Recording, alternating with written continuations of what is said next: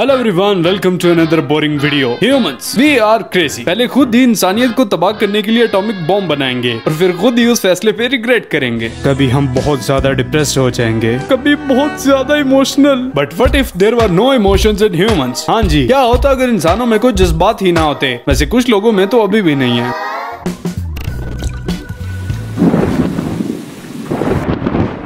प्यार, गुस्सा, खुशी, उदासी कुछ भी एग्जिस्ट ना करता तो क्या इंसानों में कुछ तब्दील होता? वेल, इमोशंस ही इंसान को इंसान बनाते हैं। इमोशंस डिसीजन मेकिंग में एक अहम किरदार अदा करते हैं और शायद इसी वजह से हम नोबलेस्ट ऑफ ऑल क्रिएचर्स हैं। हमारा तो ठीक है, तो भी अब्बू आज मैंने स्कूल नहीं जाना। जाएगा तो तेरा बाप भी। तो आप आ रहे हो मेरे साथ? मार खाएगा मेरे से किसी दिन। अरे एक ही बार मार क्यों नहीं देते?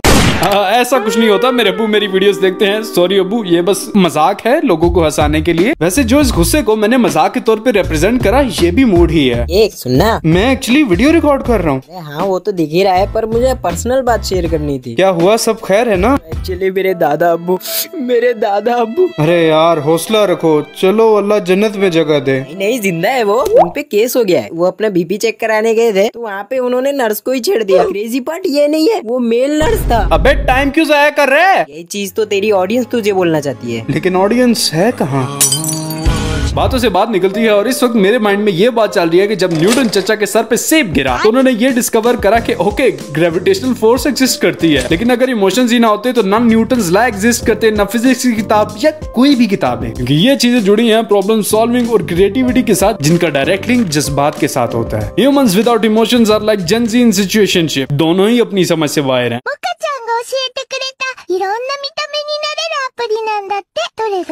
वैसे समझ में तो कुछ अजीबो गरीब कल्चर्स भी नहीं आते, जैसे लड़की का दहेज देना क्यों जरूरी है, वो फाइनेंशियली इंडिपेंडेंट क्यों नहीं हो सकती, एक मर्द सॉफ्ट हार्टेड क्यों नहीं हो सकता, हमारे इंपॉर्टेंट फैसलों में रैंडम रिश्तेदारों की इतनी इंपॉर्टेंस क्यों है? क्योंकि ये हमारे ट्रेडिशंस हैं और न जाने ऐसे कितने ही ट्रेडिशंस इस्लाम के नाम पे हमें सालों से बढ़ाए जाते हैं। कल्चरल ट्रांसमिशन में इमोशंस एक बहुत ही अहम किरदार अदा करते हैं। Religious and cultural beliefs are nothing without these जज्बाती बातें, और कुछ लोग इसका अच्छे से फायदा उठाते हैं।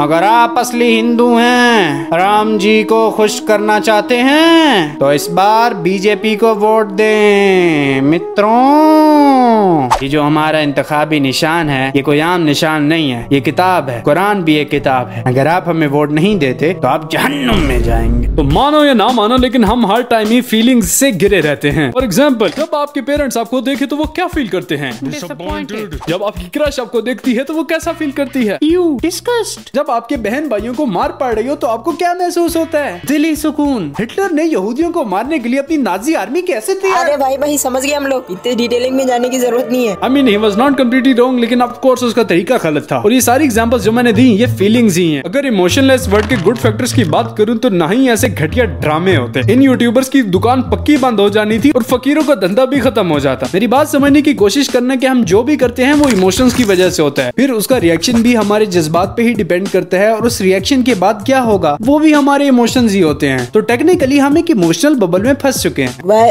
तेरी वीडियो मुझे समझ आए ना है, लेकिन कंफ्यूज जरूर कर देती है। अरे यार नहीं, अब इतनी भी तारीफ की जरूरत नहीं है। तारीफ नहीं, इंसल्ट की है।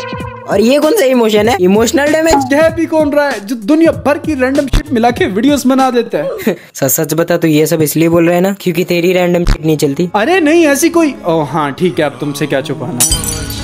Humans without emotions are like alive robots। लेकिन सैडली हमारी सोसाइटी इमोशनली अनअवेलेबल बनती जा रही है। हाँ ठीक है, किसी को फर्क नहीं पड़ता, लेकिन आप कब आखिरी बार पब्लिक में खुल के हंसे थे या खुल के रोए थे? Do you remember? आपने कब किसी को दिल से गले लगाया था और उससे अपना दर्द भी शेयर किया था? Do you remember? कब किसी को व्हाट्स गोइंग ऑन के रिप्लाई में असली हाल बताया था? Do you remember? आपने कब वो काम किया था जिससे आपको खुशी मिलती है? I mean I get it कि अगर हर इंसान ही अपना पैशन फॉलो करने लग जाए तो हर कोई सक्सेसफुल नहीं होगा, लेकिन एटलीस्ट आप अपने फ्री टाइम में तो वो कर सकते हो जिससे आपको खुशी मिलती हो, क्योंकि फिर आप इसी वजह से इमोशनली वीक बनते जाते हो या डिप्रेस्ड होने लगते हो। अपने अच्छे बुरे इमोशंस को शो कराना कोई बुरी बात नहीं है, ना कराओ तो that's great. A big thanks to Blaze Boy Animation for the collab. इसके चैनल का लिंक तुम्हें डिस्क्रिप्शन में मिल जाएगा। जाते जाते मैं तुम्हें कोड बताना चाहूंगा जो मैंने कहीं पे रैंडमली सुना था। अगर तुम्हें नाकाम ही होना है तो क्यों ना ऐसा काम करते हुए नाकाम हो जिसमें तुम्हें कोई रिग्रेट ना हो। अब मैं चलता हूँ क्योंकि मुझे ज़ुकरबर्ग की टांग खींचने जाना है। खुदा हाफिज।